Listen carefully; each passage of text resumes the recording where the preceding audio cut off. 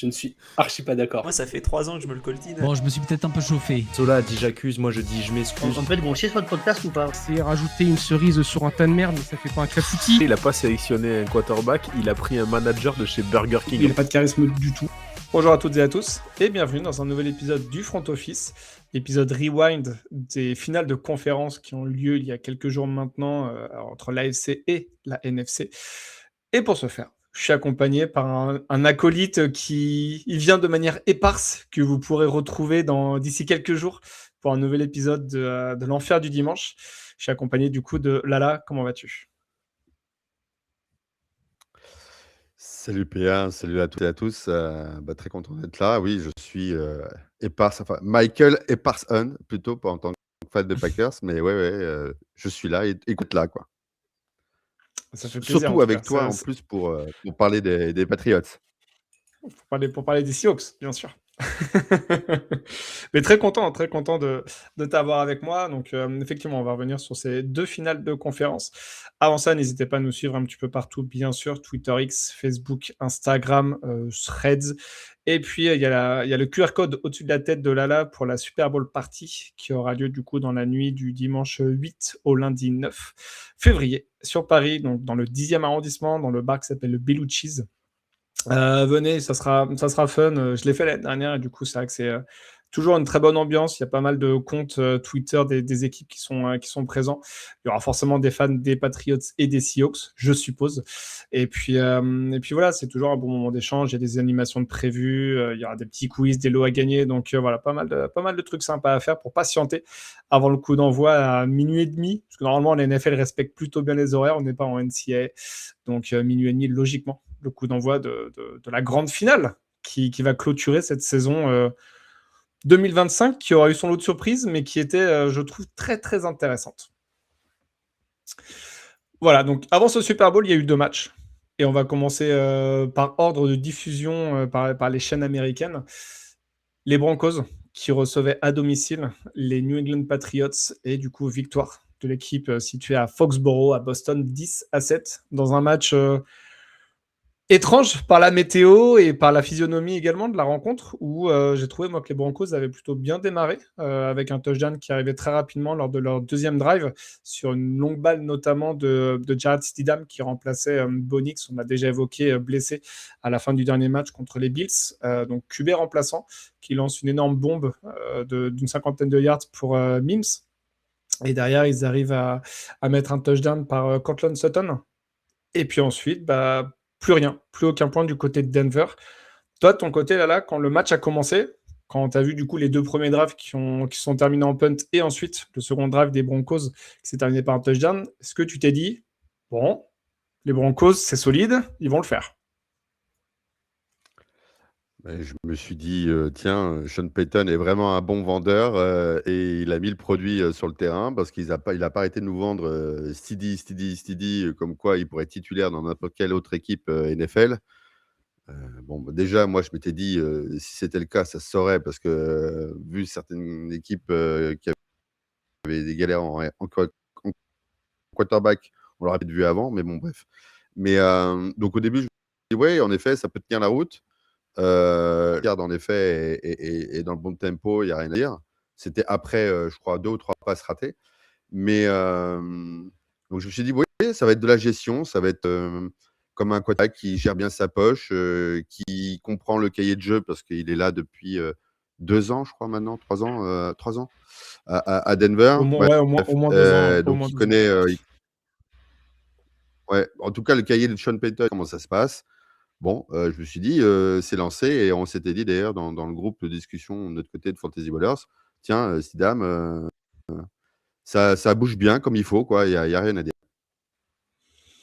Ouais, je pense que le plan de jeu était fait pour. C'est vrai que du coup, Sean Payton a montré sur ses premiers drives que il était un head coach talentueux. On pourrait y revenir sur la suite de la rencontre. Mais effectivement, tu peux te dire à ce moment-là du match, bon, les Patriots sur leur premier drive ont quand même avancé très difficilement, voire même pas avancé du tout, parce que c'était un 3 and out. Derrière, match à l'extérieur, du côté de Denver, on connaît aussi la difficulté de jouer dans ce stade-là, qui est extrêmement haut en altitude, et en plus avec des conditions météo dont on savait qu'elles pouvaient se dégrader, et assez rapidement. Donc, Quand tu prends la main sur ce type de match, tu peux te dire que tu es quand même bien parti. Ensuite, effectivement, il y a eu un festival de punt entre les deux équipes et le premier momentum ou la première action sur lesquelles on peut revenir en début de second quart-temps, où je parlais du coup des bons appels et de la bonne préparation de Sean Payton. Là, on peut dire qu'il s'est peut-être un peu foiré, donc c'est un 4e et 1 dans les 15 yards, 10 ou 15 yards des Patriots. Donc, possibilité soit de mettre un field goal, là où encore, on va y revenir, parce que c'est quand même un élément important, mais la météo était encore clémente à ce moment-là du match. Et ils ont tenté la 4e et 1, c'est pas passé. Donc, ils repartent avec 0 points. Je reste dans l'idée, personnellement, que quand tu es en finale de conférence, il faut prendre un maximum de points, compte tenu aussi des conditions météo dont on attendait et on entendait parler que ça allait aller de mal en pis, en tout cas. Essaye de prendre le maximum de points, quoi. Même si tu es à domicile. Après, je comprends l'idée. Si tu mènes 14-0, tu peux quasiment dire que le match, il est bouclé, même s'il reste encore 3 quarts-temps. Mais là, tu repars avec 0 points. Tu as quand même l'impression que le momentum, il est un peu switché de l'autre côté, en fait. C'est une action clé du match, de toute évidence. Moi, ce que je reproche à la rigueur, c'est pas d'avoir tenté la 4e et 1. Dans les 15 yards, c'est pas absurde. Enfin, après, de toute façon, il y a l'école, je tente, 4e, et l'école, je mets les field goals. Toi, tu as été élevé au biberon Bill Belichick, donc forcément, c'est les 3 points, le field goal. L'important, c'est les 3 points. Voilà, c'est ça. Donc, Adam Vinatieri, le remercie encore et toujours, parce que grâce à sa politique, il a marqué beaucoup de points. Mais après, c'est des choix par rapport au contexte. On n'est pas sur le terrain, on n'a pas les joueurs, on n'a pas le kicker en discussion ou quoi que ce soit. Là, il faisait beau, donc mais je peux comprendre 4e. Non, 4e. Moi, qui me pose souci avec Sean Payton, et c'est un courant match. Je le dis d'ores et déjà, je trouve que Sean Payton est complètement passé à côté de son match. Sur le plan des appels et des jeux effectués, vraiment, j'ai trouvé pisse-froid. Vraiment pisse-froid. Sur Sean Payton, je l'ai évoqué sur le premier quart-temps. Il a sorti des bons jeux. Le reste du match a été très compliqué. Et je trouve également, je te rejoins, qu'il a été outcoaché par Mike Vrabel et par le coordinateur défensif des Patriots. On peut revenir sur cette 4e et 1. Initialement, c'était plutôt un jeu de course apparemment qui était appelé par Payton. Donc il y a eu la défense des Patriots qui s'est mise en place. Payton n'a pas forcément apprécié ce qu'il a vu. Il a posé un temps mort, ce qui a permis finalement aux Patriots également de s'ajuster. Et que du coup, Payton apparemment a changé son appel de jeu, parce qu'initialement, comme j'ai dit, c'était un jeu de course, et du coup, il a appelé un jeu de passe. Il a dit en conférence de presse après match, il a dit je regrette cet appel de jeu, j'aurais dû rester sur ma première impression. Et j'ai l'impression effectivement que le momentum change un peu. Alors, ça ne change pas fondamentalement en physionomie, parce que derrière les Patriots punt, mais en fait, le drive d'après, c'est là où il y a le fameux fumble de Jarrett Stidham, ou alors fumble, où c'est considéré comme fumble parce que passe en arrière. Mauvais call des arbitres initialement, parce qu'ils sifflent alors que le jeu aurait dû continuer. Donc c'est là où tu te dis, bon, ok, est-ce que les arbitres vont jouer un petit peu leur rôle de manière trop importante dans ce match-là? Il s'avère que sur le drive qui suit, donc les Patriots récupèrent le ballon dans les 12 yards des Broncos, et du coup, en 2 jeux, arrivent à mettre un touchdown avec le touchdown à la course de Drake May. 7 partout. Bon, Patriots très chanceux d'arriver à égalité à la mi-temps. Très, très chanceux. Mais ouais, beaucoup de réussite. Beaucoup de manque de réussite du côté des Broncos avec la fameuse 4 et 1. Et du coup, beaucoup de réussite du côté des Patriots pour arriver à égalité à la mi-temps. Oui, 4 possessions, 4 punts, 36 petits yards. C'est du surplace. C'est tout simplement la défense de Denver maîtrisait parfaitement, hein, parce que pour moi, ce qui maintient quelque part, à part le TD de Stidham, ce qui fait le match, c'est la défense de Denver, impactante, harcelante, sur le premier rideau défensif de Denver. Drake May, il est harcelé. Will Campbell est à la rue totale. Il n'arrive à rien bloquer. Quand il est double teamé, j'en parle même pas. Non, c'est très complexe pour les Patriots. Et Et c'est là où on va voir tout le côté malin des Patriots. C'est dans la gestion, tout simplement. Un match, c'est de bout en bout et dans les conditions de Denver. Exactement. Je suis moins d'accord avec toi sur Will Campbell. Alors, il y a un jeu, effectivement, qui a souvent fait le tour un petit peu de la twittosphère, notamment. Il tente un cut block qui rate. Et du coup, ça permet à Bonito d'arriver en une fraction de seconde sur May. Mais le reste du match, du coup, et ce qui a été comptabilisé, c'est un hit et une pression. May s'est pris 5 sacs. C'est pas forcément lié en fait à Campbell. C'est parfois May qui gardait un peu trop le ballon et d'autres moments c'est plutôt Moses sur le côté droit qui s'est fait battre. Mais Campbell, par rapport à ce qu'il a montré contre les Chargers et les Texans, il a quand même fait un meilleur match. Et alors, tu parlais plutôt de la première mi-temps et May se prend 5 sacs sur la première mi-temps. En deuxième mi-temps, il s'en prend aucun. Alors oui, condition de jeu, mais la O-line a quand même beaucoup mieux protégé en deuxième mi-temps, effectivement. Après, toute proportion gardée, quand même, c'est Denver en face. Donc, je veux dire, c'est pas n'importe qui. Donc, quand je dis il a la rue, c'est que parce qu'en même temps, Bonito, il est une telle rapidité. Enfin, c'est complexe aussi quand même. C'est complexe à garder là-dessus, on est bien d'accord. Retour des vestiaires. Et là, je trouve que le plan de jeu, en tout cas les schémas de jeu des Patriots, il y a eu un ajustement. J'ai trouvé, conditions météo ou pas. Mais effectivement, ils ont le ballon pour commencer le troisième quart-temps. Et là, ils le gardent pendant quasiment 10 minutes de jeu. 16 jeux appelés, 64 yards. Et ça finit par un field goal. Malheureusement pour eux, parce que c'est vrai qu'ils étaient quand même plutôt bien lancés. Derrière, punt des Broncos. Et de nouveau, 51 yards, 8 jeux. Quasiment 4 minutes pour les Patriots. Field goal manqué. Mais en fait, sur un quart-temps, les Broncos ont eu 1 minute 39 le ballon. Et tu vois, on peut parler des conditions météo, effectivement, qui n'ont pas aidé l'une et l'autre équipe. Tu revenais sur le fait d'avoir joué intelligemment du côté des Patriots. Là, c'était pareil, c'était 4e et 2 sur vraiment la goal line. Donc, voilà, pour mettre un touchdown ou pas, Vrabel, il a dit « Ok, on a déjà fait une 4 et 1 qui est passée tout juste. Je ne retente pas une 4 et 2, je prends les points parce que je sais justement que là, les conditions vont vraiment se désagréger et il faut mettre les points au maximum qu'on peut, en fait. » Et là, je suis assez d'accord avec toi, ça a été joué très intelligemment et c'est ce que je peux reprocher en fait à Sean Payton lors du deuxième quart parce qu'on savait que la neige allait arriver. Et c'est pour ça que sur ce biais-là, si tu me dis que les conditions, tu vois, étaient soleil, un peu comme ce qu'il y a eu à Seattle, effectivement, tu joues la 4-1. Mais là, vu ce qu'on attendait, prends les points au maximum que ce que tu peux, parce que tu sais que derrière, ça va être ultra compliqué.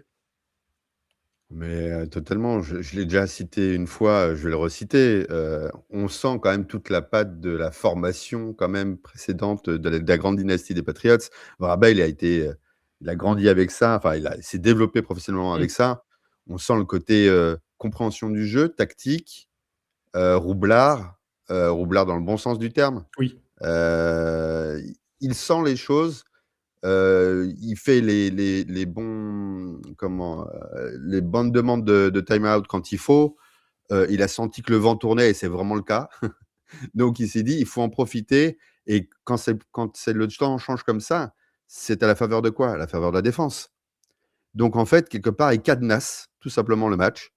Il dit à Sean Payton, tu marqueras plus, tu feras plus rien. Nous, on fera pas grand-chose, c'est sûr, mais toi, tu feras plus rien. Et c'est ce qu'il a provoqué de l'autre côté de la ligne de touche. En gros, c'était un duel de coaching à ce niveau-là. Et du coup, après, 4e une, oui, il l'avait tenté avant, et là, il était malin, il prend le field goal. Maintenant, il sait très bien que ça va être super complexe pour son équipe en attaque. Allez, comme lui, c'est un coordinateur défensif et un défenseur. Donc voilà, on verrouille le match et c'est plié, on va en direction du Super Bowl. Tu parlais de la compréhension du jeu et j'y reviendrai également pour le Rams Seahawks. Ce sont des postes qu'on évoque que très rarement, mais en fait, il y a eu un changement au niveau du coaching staff du côté Patriots, bien sûr, avec Vrabel, de McDaniels, ce retour, etc. Mais il y a un gars qui est arrivé aussi au sein des Patriots, dont on parle très, très peu. C'est un gars qui était au Rams l'année dernière, ce qu'on appelle les chuchoteurs aux oreilles des head coach. Et c'est un gars qui, du coup, parlait à Sean McVay, et c'est eux qui ont un petit peu toutes les analyses possibles sur des jeux, en fait. 4e et 1, 4e et 2, est-ce qu'il faut la jouer, pourcentage de réussite, etc. Et c'est pour ça, d'ailleurs, que les head coachs ont aussi le headset, c'est pour parler effectivement aux joueurs, mais aussi pour avoir des infos des mecs qui sont en tribune.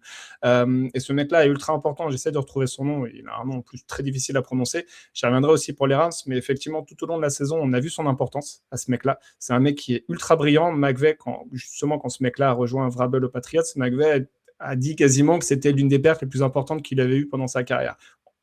et en comprenant tous les OC ou DC qui étaient partis des Rams. Hein. Donc vraiment, l'importance de ce mec-là est ultra importante. Et je te rejoins, hein. Ils l'ont joué intelligemment, ils ont vu tout ce qui se passait autour.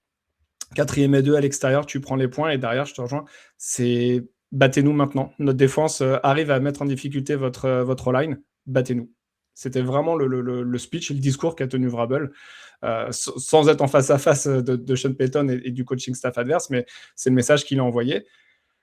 Les Broncos ont quasiment réussi à un moment donné, mais la finalité, ils ont un peu échoué parce que derrière, effectivement, là, on peut vraiment parler des conditions météo qui ont été horribles pour tout le monde, du vent, de la neige, etc. Selon le positionnement même de certains journalistes bord terrain, ils devaient plisser les yeux pour voir le match. Les Patriots, de manière très intelligente aussi, ça a été dit un petit peu après, ils ont joué en blanc. Ça, c'était un choix de Vrabel également, et c'est pas anodin. Donc voilà, il y a eu une multitude d'éléments qui ont fait que derrière, le match était pour y avoir, parce qu'en fait, c'était des possessions très courtes, des 3 jeux, 4 jeux, 6 jeux maximum, avec des punts. Mais à un moment donné, il y a eu un punt des Patriots qui s'est mal passé. Les Broncos récupèrent le ballon dans le territoire des Patriots, arrivent un petit peu avancés, et là, il y a tentative de field goal qui aurait permis d'égaliser. Et le field goal, on a vu le temps qu'il faisait aussi, avec beaucoup de vent, passe à côté, est typé par un joueur de la D-line des Patriots, passe à côté, et du coup, quasiment fin du match, parce que derrière, c'est punt, interception et fin du match. Oui, je crois, en fait, au final, comme on l'a dit plein de fois, le diable se cache dans les détails, et eux, ils sont concentrés, ils ont été bosseurs sur tous les détails, et sans, comme tu disais, la tenue ou quoi que ce soit. Et donc, au final, on a ça, et c'est imparable. Imparable.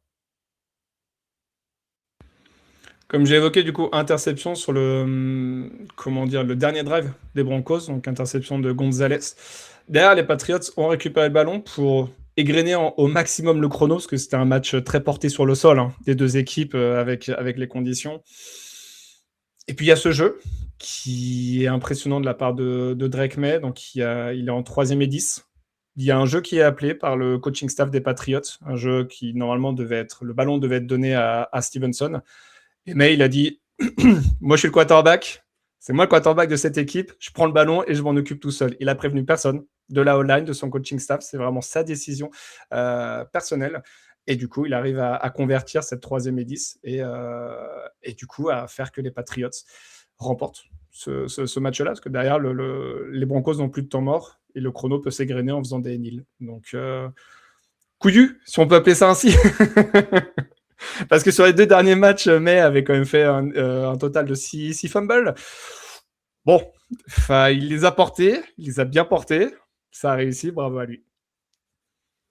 Oui, vu les conditions climatiques, couillu comme un caribou de Grand Nord. C'est évident, surtout qu'en plus, je veux dire, on a vu un certain nombre de glissades auparavant durant le match, dont May, dont Stevenson, notamment en goal line, quoi que ce soit, dans ce jeu qui était un peu comique, puisqu'il a voulu passer à Stevenson, ça fonctionne pas, Stevenson glisse, May garde le ballon, il glisse lui-même, enfin, c'est bénil. Et puis là, du coup, c'est là où on voit le mental du gamin, quoi. Il est sophomore. Il vient pas de Ohio State, il vient pas d'Alabama, il vient pas de Texas, il vient quand même North Carolina, qui a un gros programme, mais bon, pas non plus le plus grosse préparation pour ce type de joueur. Et là, il est Patriots, il fait ça en finale pour accéder au Super Bowl. C'est pour lui, pas de glissade, pas de fumble. Bon, faut oser. Comme tu dis, faut oser. Il y a des mondes parallèles où il se rate, hein, effectivement. Mais écoute, là, on est dans le monde où il a réussi à convertir et où il envoie clairement son équipe au Super Bowl sur ce jeu-là. Donc fort, très très fort. Après, voilà, on peut revenir sur beaucoup de stats, effectivement, mais a quand même beaucoup plus couru que lancé, ou en tout cas a été plus efficace à la course qu'à la passe. Il semblerait qu'une petite blessure qui traîne sur son épaule de lancer, c'est à surveiller également. De toute façon, on en saura plus, ou pas du tout d'ailleurs, d'ici le Super Bowl, mais voilà, il y a des choses à voir. Du côté des Broncos, est-ce que tu penses, toi, qu'il y a une déception à avoir sur ce match-là, où tu estimes que les Patriots étaient plus forts, notamment sur la D-line, qui a quand même fait face à ce qu'on peut considérer comme la meilleure O-line de la NFL pour protéger Stidham. Ils ont quand même fait vraiment, vraiment le taf, notamment en arrêtant le jeu à la course, parce que R.J. Harvey a 13 portées, 37 yards. Ça a vraiment fortement limité. Est-ce que tu penses quand même qu'ils sont passés à côté et qu'ils sont subtiliés? Parce que c'est une boule de cristal et avec des si, on peut faire beaucoup, beaucoup de choses. Mais est-ce que tu penses qu'avec Bonix, le match aurait pu tourner en faveur des Broncos? Moi, j'ai ma réponse à cette question, personnellement. Non, mais quand même, Bonix est au-dessus de Stidham, s'il vous plaît, quand même. Je maintiendrai cela. Je réinsiste sur une chose, c'est que même avec Bonix, je trouve que Sean Payton n'est pas assez audacieux. Il y a plein de matchs où je ne comprends pas. La preuve, pour moi, ça se joue au fait que la défense, par exemple, des Patriots s'ajustait totalement, par exemple, sur des screen pass. On savait que ça allait être une screen pass. Ils se mettent sur le côté. Tu voyais tous les défenseurs se mettre sur le même côté. Je veux dire, c'est à lire. Et en face, ils sont très forts en défense, quand même, les Patriots. Donc, je veux dire, à un moment donné, il faut peut-être changer, peut-être bouger. Et même avec Bonix, c'est comme ça. Donc, je me dis, je sais pas exactement s'il n'a pas confiance véritablement en ses quarterbacks en se disant non, je ne peux pas aller plus loin. Pourtant, la passe de 50 yards au début du match me disait peut-être penser que on pouvait peut-être aller plus loin. On peut peut-être ouvrir un peu le cahier de jeu. Encore une fois, je retiens, c'est pour ça que j'avais dit la thématique pour moi, c'est Sean Payton, piste 3, et ça m'étonne quand même assez fortement d'un coach comme lui, avec cette expérience, de ne pas avoir su capitaliser sur cette expérience-là pour gérer ce match-là. Je te rejoins complètement. De toute façon, on ne pourra pas refaire le monde et Bonix s'est blessé, mais je pense aussi que le plan de jeu défensif des Patriots aurait été différent. Donc voilà, on ne le saura jamais, on verra l'année prochaine. Il me semble qu'ils se rencontrent, j'ai un doute. Je ne sais plus si si les divisions entre les deux équipes se croisent, mais ça sera intéressant à voir déjà comment Bonix revient de sa blessure, parce que c'est une fracture de la cheville, c'est quand même pas anodin, il faut quand même y revenir. Il va peut-être perdre un petit peu de mobilité ou autre, donc à voir. Mais voilà. 2-3 chantiers quand même de l'intersaison pour les Broncos, même si leur défense est bonne. Rajouter des cibles pour le quarterback qui sera derrière cette O-line. Normalement Bonix, effectivement, mais je pense que rajouter des cibles, effectivement, ça pourra que faciliter le travail du quarterback et également le jeu à la course, parce que la O-line est très bonne pour protéger, mais un peu plus de mal pour ouvrir des brèches, je trouve. Donc, il y a de quoi faire. Il y a de quoi travailler. Il me semble qu'en termes de cap space, c'est plutôt pas mal. Ils ont 30 ou 40 millions pour travailler, donc c'est plutôt intéressant. Donc rajouter des pièces offensivement, parce que défensivement, je trouve qu'ils sont plutôt bien fournis de ce côté-là. Voilà pour ce match-là. Du coup, on va passer. Pardon, vas-y, justement, je ne connaissais pas les contrats. Je ne sais pas où ils en étaient en termes de Broncos. Bon, après, savoir si justement il y a des joueurs en free agent et tout, je ne saurais pas te dire. Je n'ai pas du tout regardé de ce côté-là. Mais oui, en effet, ce n'est pas la défense qu'il faudrait regarder, c'est surtout l'attaque. Et ailleurs, surtout, faire un bon débrief de ce match, je pense, et de la saison pour la saison prochaine. Ils ont fait le débrief, parce que Sean Payton, il a viré du coup son offensive coordinateur Joe Lombardi. Donc bon, je pense que du coup, lui ne fera pas le débrief, ou alors il l'a eu, puis ils ont dit, bon, c'est bon, tu peux partir. Bon, est-ce que c'est infusible ou est-ce que c'est pour aussi essayer de garder le coach des quarterbacks ou du passing game, Davis Webb, qui est fortement courtisé pour un poste soit d'offensive coordinateur dans d'autres équipes, soit pour un poste de head coach carrément. À voir sur les prochaines semaines ce que Payton va faire. Mais effectivement, sur ma première impression, je me suis dit, c'est un peu bâtard de le faire comme fusible, parce que Payton est quand même un petit peu responsable sur certains appels. Effectivement, si c'est plus pour garder Davis Webb, ça peut s'entendre un petit peu plus, ouais. Voilà pour ce match-là. Du coup, on va passer au second, celui pour lequel il y a eu un petit peu plus de points et où la météo a été un peu plus clémente, même si parfois à Seattle, on peut s'attendre à beaucoup de pluie et beaucoup de vent. Là, en l'occurrence, on a eu des conditions météo idéales pour un match de football. Donc les Seahawks qui recevaient à domicile un voisin de division, les Los Angeles Rams, pour leur 3e match de la saison. Et victoire des Seahawks 31-27 dans un match qui a vraiment tenu toutes ses promesses pendant 3 quarts temps. On peut dire ça comme ça. C'était le match de la belle. Il y avait un partout durant la saison régulière. Donc, ils se sont vus. Chacun a gagné un match de son côté. Donc là, classico, enfin, un des classicos, on va dire, NFL et de cette conférence. Donc, un match très plaisant, une sorte de combat de boxe. Je te donne un coup, tu me donnes un coup, je te donne un coup, tu me donnes un coup. Et on sentait les deux bien blessés, voilà, il fallait bien être en forme jusqu'au bout pour voir celui qui allait tomber. Et, et celui qui est tombé, ben, c'est presque logique à l'image de la saison et à l'image du match, en fait. C'est-à-dire qu'en fait, avoir une bonne attaque, ça suffit pas. Il faut avoir quand même un minimum un ensemble. Et les Seattle Seahawks sont, pour finir, beaucoup plus complets que les Rams. Ouais, probablement moins de talent individuel intrinsèque, mais effectivement, on sent une cohésion défensive avec un rookie qui a vraiment illuminé ce match-là, Nick Emmanouori, qui finira sûrement dans le top 3 des défenseurs rookies de la saison. Je l'espère pour lui en tout cas, parce que il a fait un match juste sensationnel. Il a coupé toutes les lignes de passe qu'on pouvait voir dans le flat, donc vraiment cette zone-là entre les hash marks et la ligne de touche, entre les 5 et 10 yards, il était omniprésent. Je pense qu'à un moment donné, Stafford a même arrêté de lancer vers lui, parce qu'il savait que de toute façon, son tight end ou son receveur allait se faire contacter directement, quoi. Donc, match absolument monstrueux. Je te rejoins.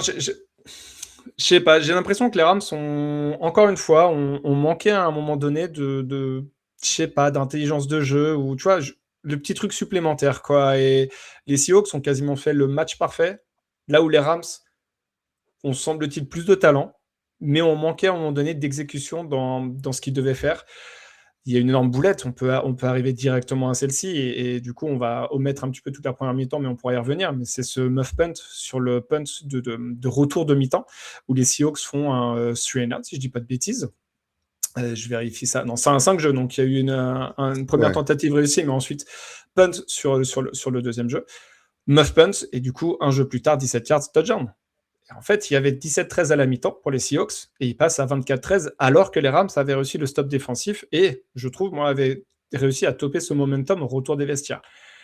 C'est les exécutions qui font que. C'était Xavier Woods, il me semble, le retourneur. Il s'était déjà un peu fait peur en première mi-temps en relâchant le ballon. Il avait réussi à le récupérer. Là, il relâche le ballon, mais c'est un joueur des Seahawks qui le récupère. Et je l'ai dit, voilà, dans l'exécution, les joueurs des Seahawks étaient présents, n'ont pas fait d'erreur. Les Rams en ont fait quelques-unes, et ça a eu son importance à la fin du match. Oui, c'est quelque chose d'ailleurs que je n'ai pas mentionné dans le match qu'on a évoqué tout à l'heure concernant les Patriots, mais les équipes spéciales, tu vois, on dit souvent que c'est les défenses qui font gagner les titres. Ouais, mais les équipes spéciales ont leur importance et quelquefois te font aussi gagner les matchs. La preuve, les Patriots avaient une équipe spéciale juste de dingue aussi.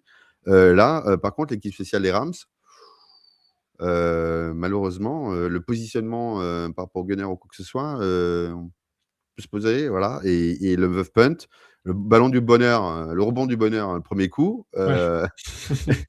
C'est un peu ça, ouais. Il fallait te poser la question pour le suivant, quoi. C'est-à-dire que tu vois, t'es passé pas loin la première fois, assure quoi la fois suivante. En face, ça pardonne pas, hein. C'est des morts de faim, hein, en face, hein. C'est costaud. Comme tu parlais d'Emmanouori, moi aussi je suis très content parce que c'est quand même un prospect que j'avais adoré lors de la draft. Bon, à part, il fait une grosse boulette, c'est sur le TD, je crois, de Kyren Williams. Il rate complètement la couverture sur la passe lobée pour Kyren, qui a un bon jeu à appeler, hein, pour le coup. Mais bon, Emmanouori peut bouffer. Mais sinon, en face, voilà. Et donc, du coup, comment en fait maîtriser, maintenir en fait une équipe à flot, à d'un coup être acculé par ce movement, par ce positionnement. Ça, ils étaient quoi, 15-20 yards? Ouais, 15 yards. Parce Ouais, qu'après, 15 yards. il y a le touchdown de Jack Bobo. Enfin, 17. Et là, tout de suite, je vais parler d'un gars. Sam Darnold, il ne te rate pas, hein. Non. Enfin, en tout cas, le jeu appelé et l'exécution de Sam Darnold. parce que Sam Darnold n'est pas juste une machine à envoyer des passes, hein, c'est quelqu'un qui sait se déplacer de manière latérale, sait faire des passes de manière latérale.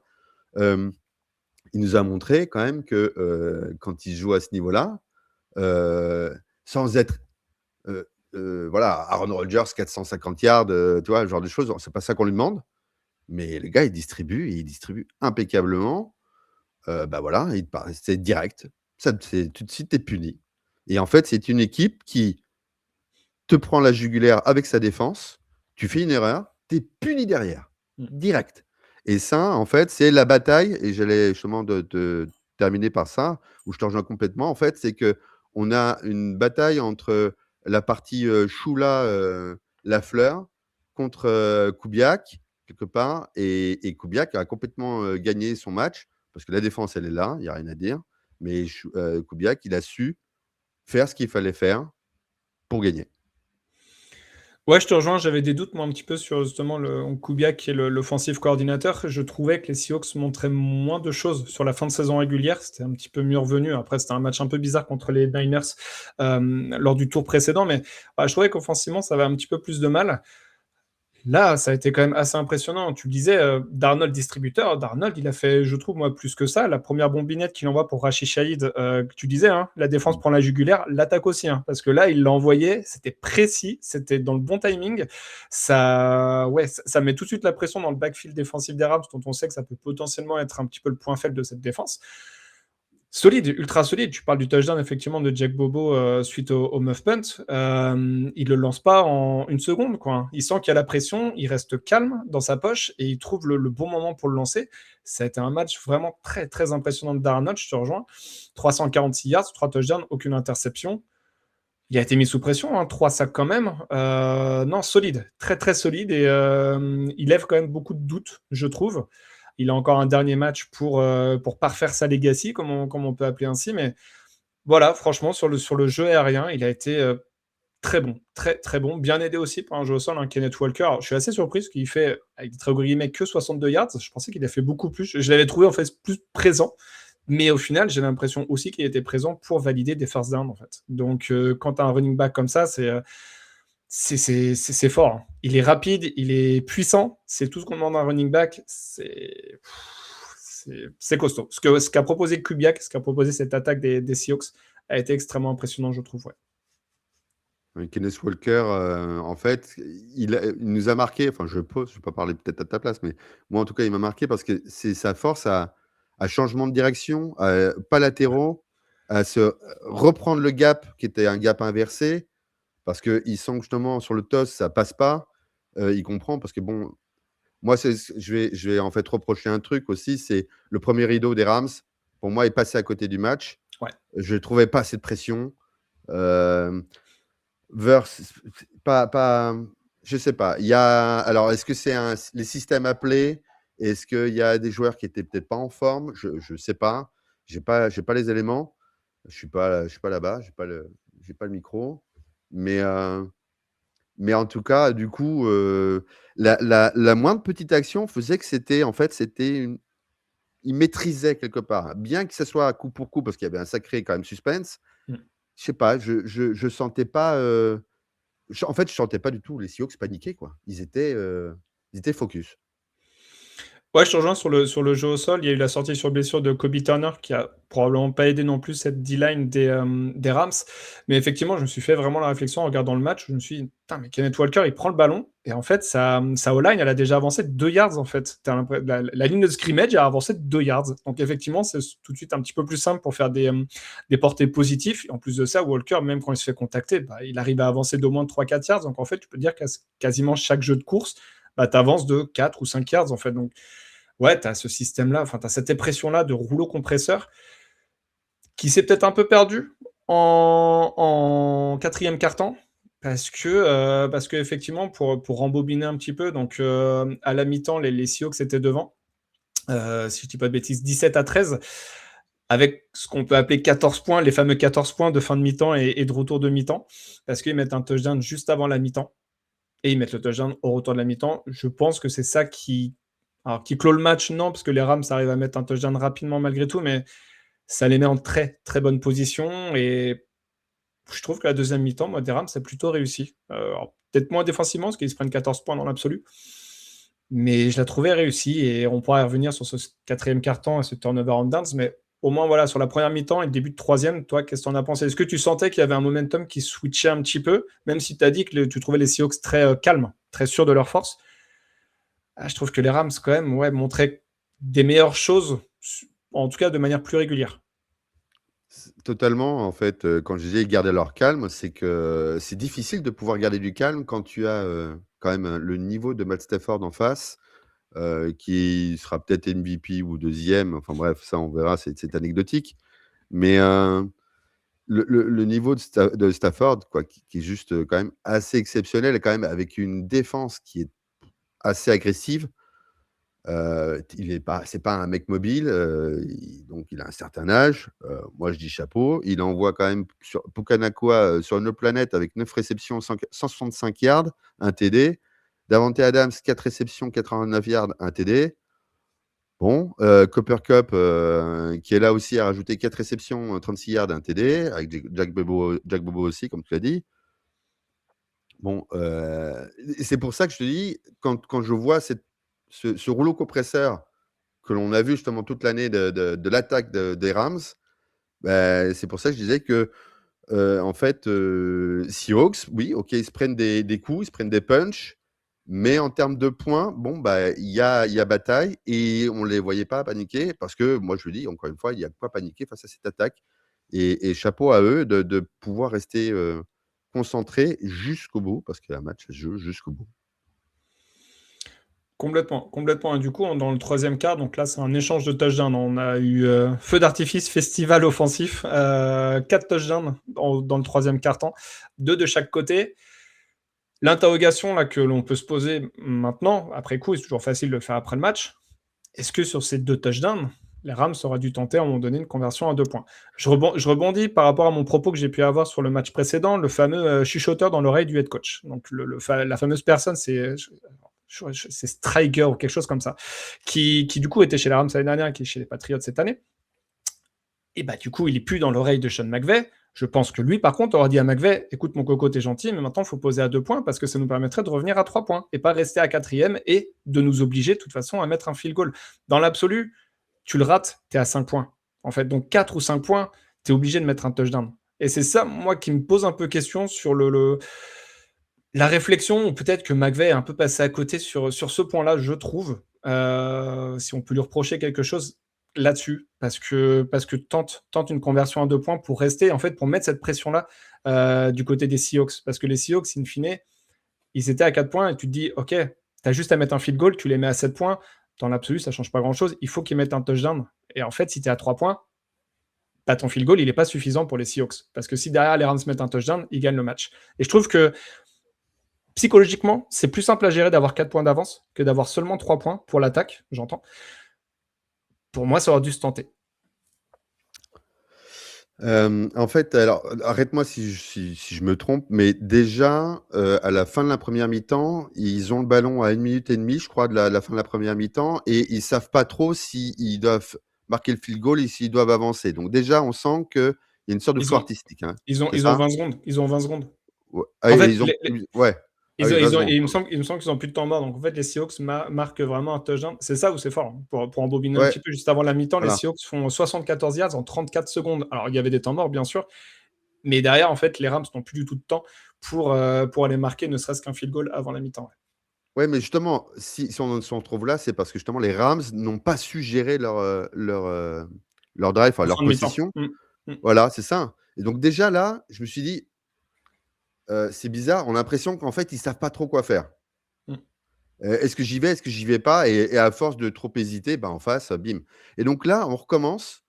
On sent que d'un coup, il y a des hésitations et enfin, le fait de pas avoir parce qu'il y a quand même, je crois, 2 tentatives en fait à 2 points à prendre. Oui, bah ouais, ils mettent 2 touchdowns dans le troisième quart. Voilà. Il y a 2 tentatives de, vraiment à prendre la possibilité vraiment de mettre les 2 quoi, pour pouvoir, soit se garder dans le rythme, soit prendre une courte tête. Mais, c'est étonnant.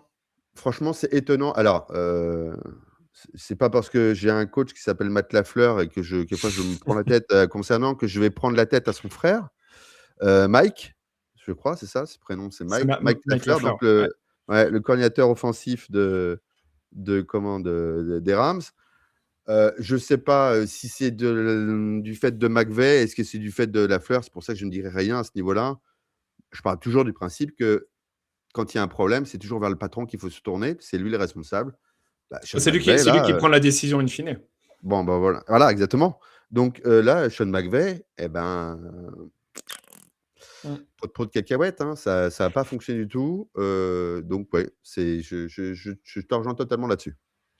Je l'ai senti, je sais pas si tu as la même impression que moi, mais je l'ai senti tendu, stressé, énervé un peu sur la ligne de touche McVay. Tu voyais, alors c'est des réactions qui sont aussi viscérales et c'est bien, tu vois, quand il y a un Robert Saleh qui fait ça auprès de ses joueurs, on dit « Ah, c'est génial, il est proche de ses joueurs, etc. » Je trouvais que McVay, il était nerveux. Tu vois, plus que motivant, je dirais nerveux en fait. Là où il y avait un énorme contraste avec la sideline des Seahawks parce que lui et McDonald, il montre aucune émotion au contraire. Non, mais alors, c'est vrai que le body language de Sean McVay, je ne le trouvais pas comme d'habitude. Ça, c'est évident. Ouais, c'était bizarre. Hein. C'est un mec normalement qui est hyper positif, même s'il t'harangue, il t'harangue de manière positive, etc. C'est un vrai coach, quoi. C'est un mec. Là, je sais pas, j'ai l'impression que. Comme si il avait eu un coup de fil de sa femme et qu'il allait voir son meilleur ami, tu vois, juste avant le match. Tu sentais qu'il réfléchissait à autre chose et qu'il n'était pas dedans, quoi. Mais non, McDonald's, il est fait pour jouer au poker. C'est poker face, il n'y a rien qui bouge, il n'y a pas un sourcil qui tombe, il n'y a pas une ride qui. Enfin, le gars, il est comme ça. C'est l'homme de fer, ça bouge pas. Non, très fort. Mais donc, ouais, je suis d'accord avec toi. Du coup, sur le quatrième quart-temps, la défense des Rams arrive à très bien contenir l'attaque des Seahawks. On l'a évoqué, hein, donc 2 punts pour les Seahawks. Et il y a du coup ce drive-là des Rams qui dure quasiment 8 minutes, 84 yards, et qui emmène les Rams en position de mettre un touchdown. 4e et 4 dans les 6 yards des Seahawks. Et du coup, c'est raté. Très bonne défense. J'ai trouvé une très bonne défense. Je sais pas si c'était de zone ou man, mais je trouvais un petit peu de zone quand même. Du côté des Seahawks, en fait, ça a laissé aucune possibilité à Stafford de lancer le ballon. Oui, non, mais c'est Devon Witherspoon qui est pour moi déterminant sur ce dernier cas. Donc, c'est lui qui fait, en fait, qui clôt l'affaire, quoi, qui dit bah non, c'est nous qui allons y aller, quoi. Donc, et Stafford, Makua en face, ils n'arrivent pas à faire les différences. Donc, c'est comme ça. Mais ça aurait été un match haletant et super agréable à voir. Et chapeau. Et du coup, je me dis que ça va être. La finale va être complètement dingue, quoi. Ouais, après, c'était des matchs de division, donc les équipes se connaissent, ils connaissent un peu les plans de jeu et tout, donc c'était agréable, effectivement. Je suis pas ultra fan en playoff des matchs de division, parce que par effet, justement, j'aime bien avoir des playoffs, justement, des rencontres un petit peu inédites par rapport à ce qu'on a pu voir en saison régulière. Et en AFC, on a eu cette chance-là d'avoir quasiment aucun match de division, voire même 0. En NFC, c'était un petit peu plus compliqué, hein, avec les Seahawks qui ont du coup eu 18 semaines de saison régulière parce qu'ils ont rencontré et les Niners et les Rams. Donc eux, ils ont continué leur petit bonhomme de chemin en NFC West. À voir ce que ça va donner, effectivement. On peut aller directement du côté du Super Bowl. Il y aura une preview qui sera faite. 2 équipes, en tout cas offensivement, qui sont un peu aux antipodes l'une de l'autre. Il y a une équipe qui a montré beaucoup plus et mieux, c'est les Seahawks par rapport aux Patriots. Par contre, de défense extrêmement agressive, je trouve. Ma question, parce que tu es un insider des Patriots, Spillane sera là ou pas?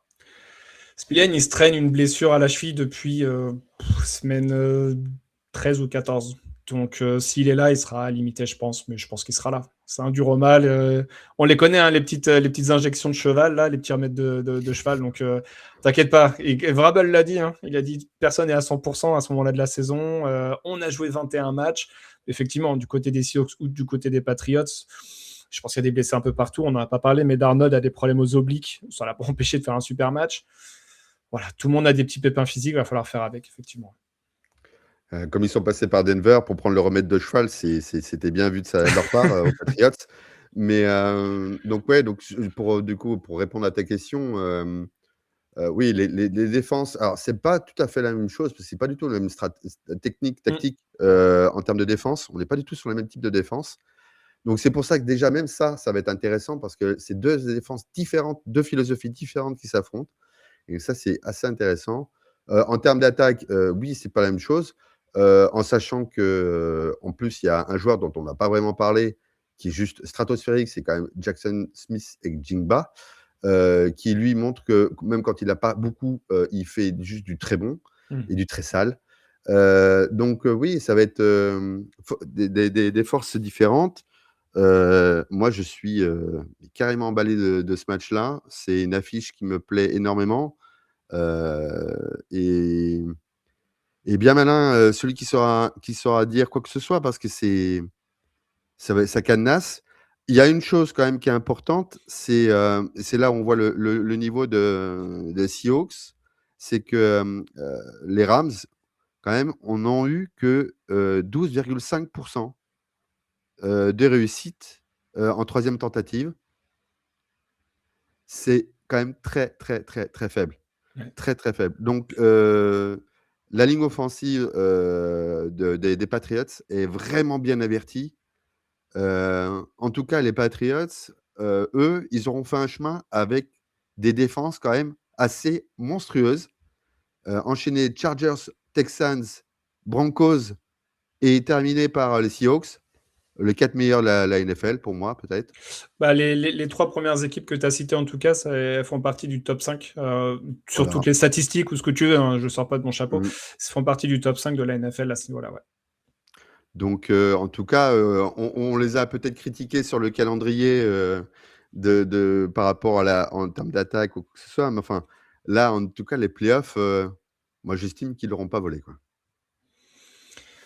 Ouais, pour ce Super Bowl, j'espère, au-delà du résultat final qu'il y a eu il y a 11 ans maintenant, pour le Super Bowl 49, j'espère qu'il y aura un niveau de jeu similaire parce que pour ceux qui sont un petit peu plus novices en NFL et qui n'avaient pas vu ce match-là, allez le voir. Franchement, c'était un niveau qui était stratosphérique, vraiment, attaque et défense des deux côtés. C'est l'un des plus beaux Super Bowls, sincèrement, que j'ai pu voir.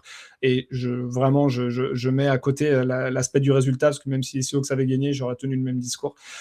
Donc on espère avoir un match similaire entre ces deux équipes. C'est des équipes qui sont très fortes défensivement, mais également portées sur l'attaque. Donc ça va être ultra intéressant. Et dans ces deux équipes, je pense qu'il y a un seul joueur qui est déjà allé au Super Bowl et qui l'a remporté. Il doit y avoir Cooper Kupp du côté des Seahawks, je n'ai pas un autre en tête, et il y a Milton Williams du côté des Patriots. Donc ces deux équipes aussi très jeunes, très novices sur ce niveau-là de jeu et d'enjeu. Donc ça va être cool, ça va être intéressant à voir. Du côté des coachs, j'en parle même pas. Hein. McDonald, c'est sa deuxième année en tant que head coach, et Vrabel a, et je mets des très gros guillemets, seulement fait une finale de conférence, il y a quelques années de cela. Donc voilà, novice également à ce niveau-là de la compétition. Tu m'as coupé l'herbe sous le pied. Quand je vois des équipes qui mettent une éternité à chercher leur head coach, qui mettent une éternité à trouver des head coachs, tu as deux coachs. Alors, en plus, avec le fameux débat coach défensif, voilà. Ouais. Là, pour le coup, le débat.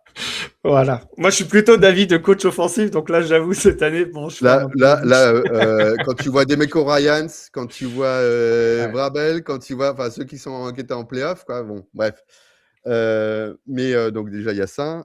En plus, des coachs qui viennent d'arriver, mais qui sont des véritables coachs. Voilà, il n'y a pas 36 000 solutions quand tu as des gars qui comprennent le jeu, qui aiment le jeu et qui savent bien s'entourer dans des franchises qui laissent leur coach sentir les choses et vivre sans vouloir être omnipotent. Bah, voilà ce que ça donne. Bravo. Exactement, je rejoins complètement. Et bon, je vois que certains ne sont pas très ravis de l'affiche. À titre personnel, évidemment, je suis ravi de voir au moins l'une des deux équipes, mais même les Seahawks, franchement, j'avais pas de préférence entre les Rams et les Seahawks. Ces deux équipes ont été très impressionnantes pendant la saison. Et ouais, je pense qu'on va assister. Peut-être que je me trompe, mais je pense qu'on va assister à un beau match, un beau Super Bowl. Donc on a hâte, plus ou moins, parce que ça voudrait dire que la saison sera terminée, mais bon, vous avez compris, ça reste le match le plus important de la saison, donc on a quand même hâte d'assister à ce match-là. D'assister où ça? Au Bellucci's Bar, bien sûr, dans le 10e arrondissement de Paris, parce qu'il y aura plein de choses avant le match et on laissera les joueurs s'occuper et Bad Bunny s'occuper de la mi-temps, mais on laissera surtout les joueurs s'occuper de nous faire rêver pendant 60 minutes et plus s'il y a overtime. Je te demande pas un pronostic, hein, PA. Je ferai sûrement la preview du Super Bowl. Je suis très sincèrement à titre personnel, voilà. parce que je parle très rarement des Patriots et je prends toujours ce recul-là, parce que si je voulais parler des Patriots, je ferais un podcast spécial des Patriots et c'est pas le cas. Mais oui, à titre personnel, je suis très content d'assister en tant que personne du front office et d'assister, de pouvoir parler d'un Super Bowl où il y a l'équipe que j'apprécie. C'est des bons moments à vivre et ça va être cool. Donc ça, c'est effectivement le bon côté et je souhaite à toutes les personnes du front office de l'équipe de vivre ça un jour parce que ouais, c'est quand même cool. Et un avis, bien sûr, Patriots, d'au moins 15 points d'avance, bien sûr, minimum. En toute objectivité, bien évidemment. C'est mais le minimum même. C'est le minimum. En deçà, je serais déçu, je vais pas mentir. Ouais, voilà, exactement. Ils seront passés à côté, quoi. Exactement. Voilà, en tout cas, merci beaucoup Lala de m'avoir accompagné sur cet épisode. C'était très très cool. Ça faisait longtemps qu'on Avec avait passé plaisir. l'épisode ensemble. Donc c'était chouette. Merci beaucoup. Merci à tout le monde d'avoir écouté. On se retrouve très très prochainement pour un nouvel épisode. Alors, il y a au moins l'enfer du dimanche qui arrive, du coup, le dimanche. Il y a peut-être une petite surprise qui arrivera le samedi. On ne sait pas si on fait un live ou un enregistrement. Donc voilà, on communiquera bien sûr sur les réseaux pour vous tenir informés. Mais d'ici là, voilà. Portez-vous bien, regardez le Pro Bowl si vous avez envie ou ne le regardez pas. Il paraît qu'il y a Shedeur Sanders qui sera quarterback. Donc voilà, pour les fans des Browns, c'est bien d'avoir au moins un joueur de son équipe, même si on aura d'autres bien sûr. Mais voilà, la fin de saison arrive à très très grands pas dans une dizaine de jours maintenant. Profitons des quelques jours qui nous restent. Ne restons pas trop collés à des podcasts américains qui vont vendre de l'air pendant les 10 jours qui vont précéder le Super Bowl. On les connaît. Faut meubler, comme on dit. Mais voilà, ça va être cool. Et puis hâte de voir un maximum de monde dimanche 8 à Paris. Ça va être vraiment super cool. Donc venez nombreux. Merci Lala, merci à tout le monde. Bonne journée, bonne soirée selon l'heure à laquelle vous nous écoutez. Et vive le football!